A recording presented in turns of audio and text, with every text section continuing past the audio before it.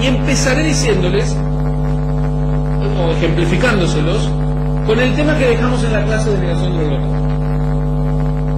Ustedes no van a tener que enfrentar a un negador del holocausto probablemente, pero sí van a tener que enfrentar a la negación del holocausto como fenómeno. Puede ser que venga un compañero de vuestra universidad y les muestre un folleto y les diga, mira, aquí les traje este ejemplo. Dice que no mataron a 6 millones. ¿Pero qué sacaron esto? ¿No es un poco una exageración judía? Este señor no es judeófobo, simplemente está trayendo un folleto.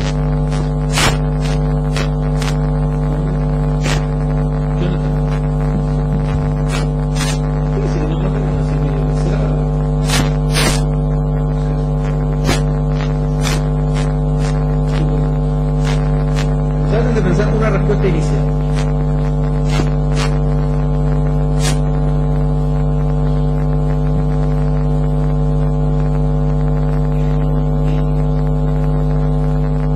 Muy bien, voy a detenerlo así. Voy a llevar al negador del holocausto a un lugar más amplio y después volvemos a responder esta pregunta. Yo les había dicho que no cabe, por supuesto, en ninguna institución judía, ni en ninguna institución democrática, ni en ninguna universidad traer a un negador del holocausto a un panel. ¿Esto está claro? Yo no debato si la negación del holocausto, que el holocausto existió o no existió. Esto no es materia debatible, como no debatiría si yo tengo derecho a vivir o no. ¿Está claro? Si alguien viene y dice, yo creo que hay que torturar a todos los niños de 7 años para que se comporten bien, yo no voy a debatir eso, ¿sí o no? Creo que hay opiniones que no son opiniones. Esto es una incitación a la violencia y por lo tanto el lugar que le corresponde a él es estar en la cárcel, no en un debate. Muy bien. Pero entonces, yo estoy aquí frente a una pregunta que si respondo pierdo y si no respondo también pierdo. Si yo le respondo al negador del holocausto, y los negadores en general traen 8 argumentos que repiten constantemente. Que Auschwitz en realidad era una gran tintorería, básicamente, una gran lavandería, ahí no mataban gente, que se infectaban ropa, que el diario de Ana Frank está fraguado, que no hubo ningún documento firmado por Hitler que hablara del exterminio de los judíos, lo que es rigurosamente cierto, y que varios, que hay una cita que toman de un diario norteamericano para decir que las estadísticas mostraban que no había 18 millones y 12 millones de judíos antes y después de la guerra, sino que había 13 y 13, entonces no están los 6 millones que murieron, etcétera. Estos argumentos se repiten y son fácilmente refutables. Pero es un error refutarlos. Si yo me pongo a refutarlos, él ha ganado el debate. ¿En qué sentido? El negador del holocausto no tiene como objetivo demostrar que el holocausto no existió. Este es el negador demasiado ambicioso, obcecado y casi inexistente. El objetivo del negador del holocausto es demostrar que la negación del holocausto es una opinión. Ese es su objetivo. Y por lo tanto, si yo le refuto su argumento, él ganó. Él dice, Auschwitz era una lavandería, y yo le demuestro, no. De ninguna manera, era una fábrica de muerte, miren la gente que murió, miren lo que anotaban, etcétera, etcétera, etcétera. Igual ganó. El 90% de la gente en la audiencia va a creer que yo tengo razón. El 10% va a entrar en duda y suponer que él tiene razón. Ganó, porque lo fundamental es que todos se fueron creyendo que él emitió una opinión, y acá no hay opinión. ¿Está claro? Entonces me encuentro frente a una situación en la cual, si respondo a la pregunta, perdí, porque la transformé en opinión, y si no respondo, también perdí. Porque el que cae otorga, parece que no tengo argumentos para dar. El problema, ¿cómo? Entonces, no va a estar rápido, ya has estado con esta. La gran pregunta que iba a hacer, y ahora ya está respondida, es ¿qué hago frente a una pregunta a la que si contesto pierdo y no contesto pierdo? Ahora sí, la cambio. Hay preguntas que admitiría como materia opinable, hay preguntas que no. Si el holocausto existió o no existió, no es materia opinable. Pero ¿cuál es la pregunta materia opinable ahí? La siguiente.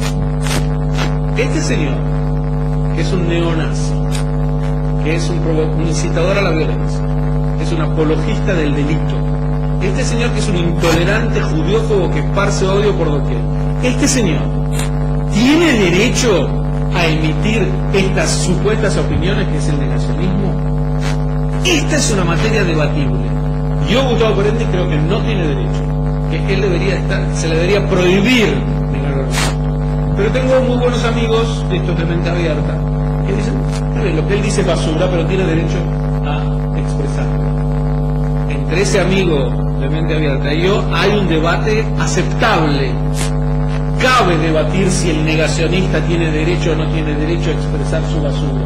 Pero no cabe debatir si el holocausto existió o no existió. ¿Me siguen?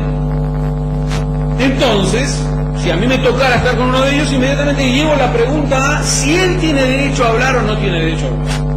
¿No le da vergüenza en esta universidad invitar a un negador del holocausto? Entonces la pregunta pasó a ser si la universidad debería avergonzarse o no avergonzarse. Nuevamente en Panamá.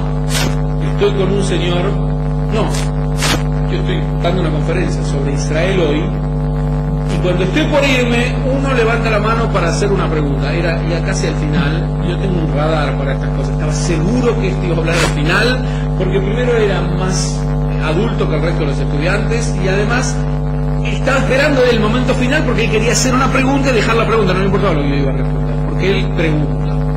Yo quisiera saber si hay algo de cierto en la versión que circula en internet de que los atentados contra las Torres Gemelas en New York en realidad lo perpetró el Mossad. Porque en realidad, dice él, Al-Qaeda es una organización muy primitiva para hacer semejante atentado. En cambio, el Mossad es tan sofisticado, tan inteligente, un momento de lógica impecable, tiene que haber sido de ellos. Pero además, dice él, se sabe que los rabinos pidieron que ese día no fueran a rezar a las sinagogas. Y como no murieron judíos en los atentados, yo quisiera saber si no hay algo de cierto. Entonces, yo me acuerdo que estaba el embajador de Israel y me decía, déjalo terminar, entonces no lo dejas terminar. Le dije, señor, eso no es una pregunta, esto es pura propaganda judeofóbica. Esto es pura propaganda nazi. Entonces, claro, él respondió, tengan en cuenta que le estoy diciendo a él que lo que dice es propaganda nazi. Yo no le dije que él es nazi. ¿No? A lo que dice me refiero y lo califico de propaganda nazi. A lo que él respondió, ¿cómo me va a llamar a mí nazi si yo soy socialista? Este fue ya el gol mío. Ahora el debate era de cómo un socialista puede hacer propaganda nazi y no quien hizo el atentado en las torres. ¿Por qué? Respondí, yo no sé ni que usted sea socialista o no socialista, yo no lo juzgo porque no lo conozco, pero lo que usted dice es propaganda nazi. Primeramente entre nosotros, antes de mostrarles por qué podía calificar esto de propaganda nazi.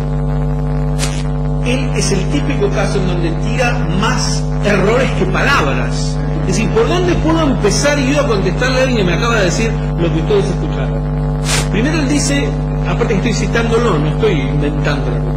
Él dice, porque los rabinos pidieron ese día que la gente no vaya a rezar a las sinagogas. Yo nunca escuché a un rabino que pida que la gente no vaya a rezar. ¿Qué tiene que ver? Los atentados no fueron a una sinagoga. Mira si alguien va a pedir... Y si, no sabes por dónde empezar, pero ese es el típico argumento en donde hay más errores que palabras, entonces rápidamente puede crear una trampa en donde tú empieces a responder por alguna de ellas, inmediatamente quedes ahí preso de un galimatías, que no sepas cómo salir. En segundo lugar, él agrega ahí, como además no murieron judíos, yo creo que murieron 71 israelíes solamente, ni que hablar de judíos. Ustedes imagínense, en el centro de New York no van a morir judíos, sí que era un milagro. Entonces, no murieron judíos. Claro, si yo le llegaba a decir, ¿cómo dice usted que no murieron judíos? Por supuesto que murieron judíos. Él me iba a decir, a ver, ¿qué judíos murieron? Claro, yo no tenía ahí la lista de los judíos que murieron. Entonces, si yo le dijera, mira, murió Moshe Jaime y José Rabinovich, él iba a decir, a ver, ¿qué más? Porque no hay sangre judía que le sea suficiente a este hombre. Entonces, no hay salida frente a este argumento. Es decir, otra vez, era la prueba contundente de que yo no puedo entrar en el debate frente a esta maquinaria de mentira y error y confusión que él produce muy deliberadamente. Entonces, yo todo lo que me limité a decir es que él está trayendo propaganda nazi. Cuando él me contesta, ¿cómo me llama a mí nazi? Yo le digo, yo no le llamo a usted nazi porque no sé quién es, no lo conozco ni tengo intención de conocerlo. Yo digo que usted trae propaganda nazi porque usted puede acusar a los judíos del tsunami en el Extremo Oriente, del terremoto en Haití, del cáncer de hígado, de la tuberculosis. Puede acusar a los judíos de lo que quiera. Eso no quiere decir que yo me voy a defender y le voy a decir que no fuimos nosotros.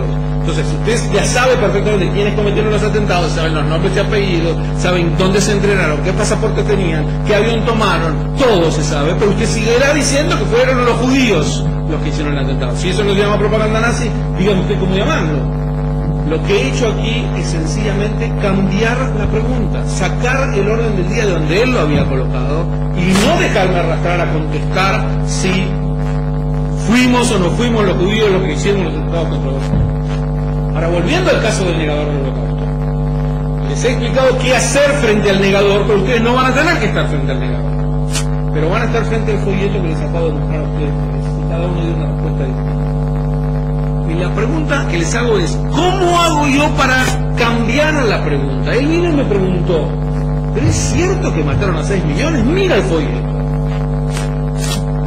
Yo no. Jonathan dio una respuesta pero muy a lo mexicano, es decir, muy polite. Como acá no hay argentinos, no escuché la respuesta más categórica. Pero esa es la dirección. Jonathan dijo, pero hay que ver la fuente de la que estás citando. El pequeño error, es bueno porque cambiaste la pregunta. La pregunta ya no es si murieron o no murieron 6 millones de judíos, sino qué fuente tengo en la mano. Eso es excelente. Pero no es suficientemente fuerte para darle un shock en el cambio. Entonces él va a volver a insistir en el tema. ¿Cómo hago para darle un shock? ¿Cómo? Pero que la frase, ¿qué le digo?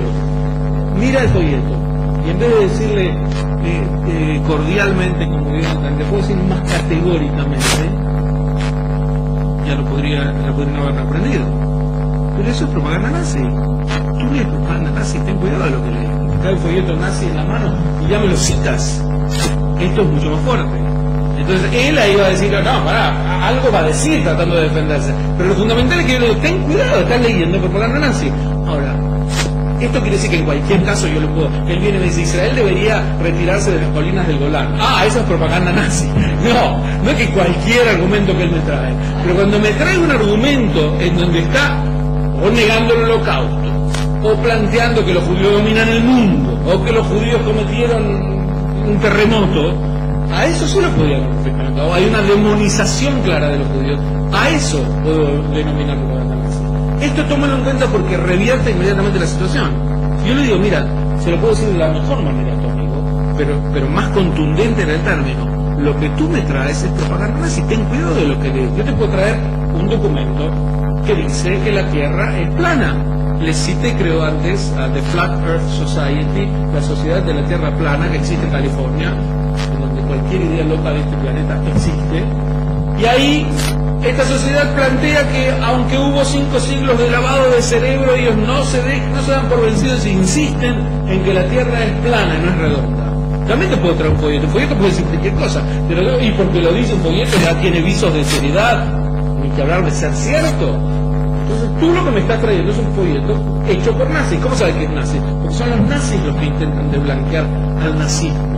Lo que tú me traes es un intento de blanquear al racismo y al nazismo, y por lo tanto es algo eminentemente contra la democracia, contra los valores, los derechos humanos, contra los valores entre los que tú dices que crees. Ten cuidado, no leas pañuelos, mucho menos mostrarme a mí. Si quieres saber si mataron o no 6 millones de judíos, entra a cualquier universidad, toma un libro y estudia. Consulta a los decenas de miles de judíos que aún llevan grabado el número en los brazos. Están todos los testigos todavía. No me estás hablando de un acontecimiento que ocurrió en la época de Genghis Khan. Me estás hablando de un acontecimiento tan reciente que es absurdo el planteamiento de que vienen a negarlo. Estos no son historiadores que vienen a cuestionar un evento histórico. Son neonazis que para blanquear al nazismo empiezan por sus conclusiones. Sus conclusiones es que este evento nunca ocurrió. ¿Se entiende?